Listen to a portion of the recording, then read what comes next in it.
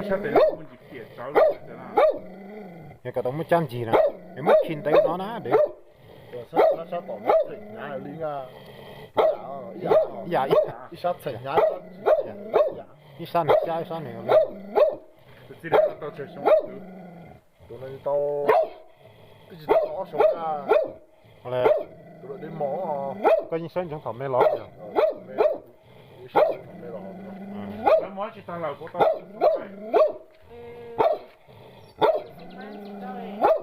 phê này có sới bùa nhỏ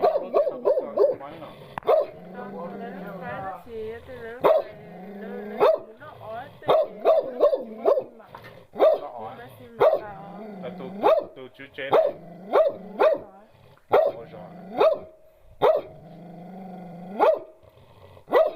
Em bảo rồi, bọn ta giờ lúc số mai. Bên nữa phải mùa hoa đến là nó.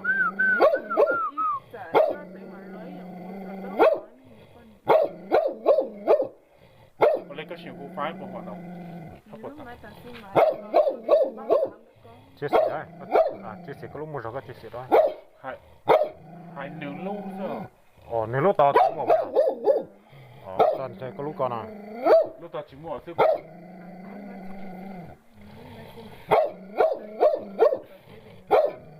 người nhóc có tiền, lo tiền, kia là chị,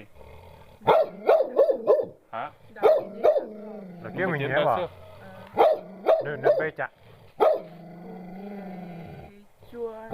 xin nên bớt à mua tiền chua nên mua ăn nên mua khẩu thì nên mua rau đó đó chế cấp chạy lúc chơi ba không lo rồi này sành má chị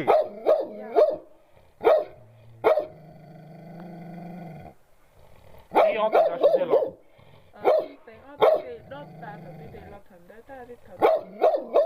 chỉ tao lâu cho nên là dài luôn nè giờ này tao mình bây giờ ta từ đến sẽ sọt thế đến